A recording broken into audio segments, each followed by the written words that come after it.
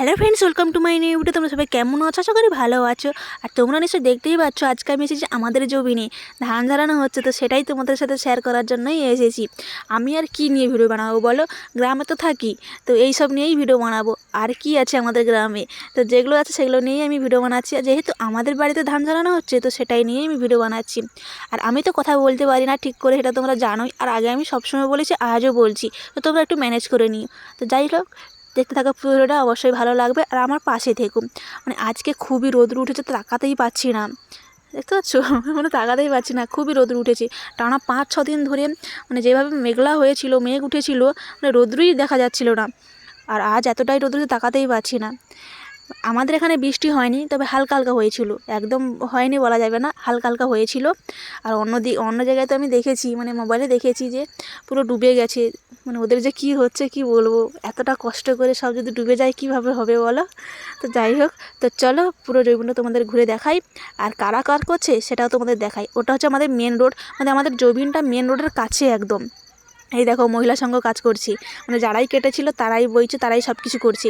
তো পুরোটা ঝাড়ানো হয়নি, আগের দিন হয়েছিল, কিছুটা বাকি ছিল, তো সেই কিছুটা আজকেই হচ্ছে। ওই দেখো ওদের বাঁধা হয়ে গেছে। আর বেঁধে সবাই যে যার মতো নিয়ে চলে যাচ্ছে। তো ওরা এখন খাবে, তো তার জন্য। এখন বাজে 9টা, তো 9টায় যদি এত রোদ্র উঠে তাহলে দুপুরবেলা কী হবে ভাবে একবার। তো কিছুটা বাকি ছিল, সে কিছুটাই নিয়ে ঝাড়ানো হচ্ছে। তো তোমাদের আগেই দেখিয়ে দিয়েছি যে ওইখানে ধান কাঁড়ি করা ছিল, যে ওইখানে ঝাড়ানোর পর আবার বাঁধতে এসেছে, তো বেঁধে নিয়ে সবাই চলে যাচ্ছে। বাকি আছে কিছুটা এখনও।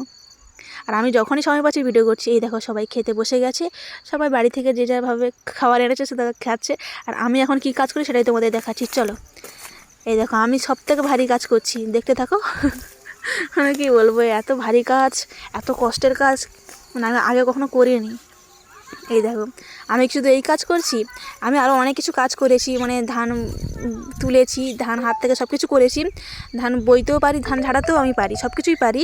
তবে লোক তো হয়েছে, তার জন্য আমি কিছু করিনি। তো আমি সব থেকে হালকা কাজটা করেছি, এই হালকা কাজটাই আমাকে দিয়েছি, ধান গুঁড়োনোর কাজ।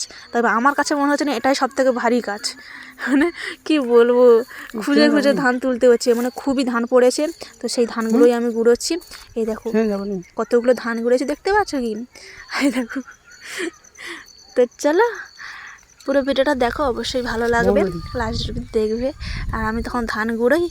এই দেখো, মানে বিরক্তি এসে যাচ্ছে যাকে বলে ধান গুঁড়িয়ে। এই দেখো এদের ধান ঝাড়ানো আরম্ভ হয়ে গেছে।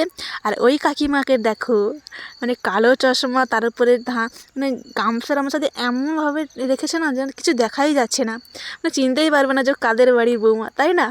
তো কেমন লেগেছে অবশ্যই কমেন্ট করে জানাবে। এই কাকিমাকে ডেকে বিশেষ করে এরকম ছবি আমি একটা পোস্ট করেছি, জানি না তোমরা দেখেছো নাকি।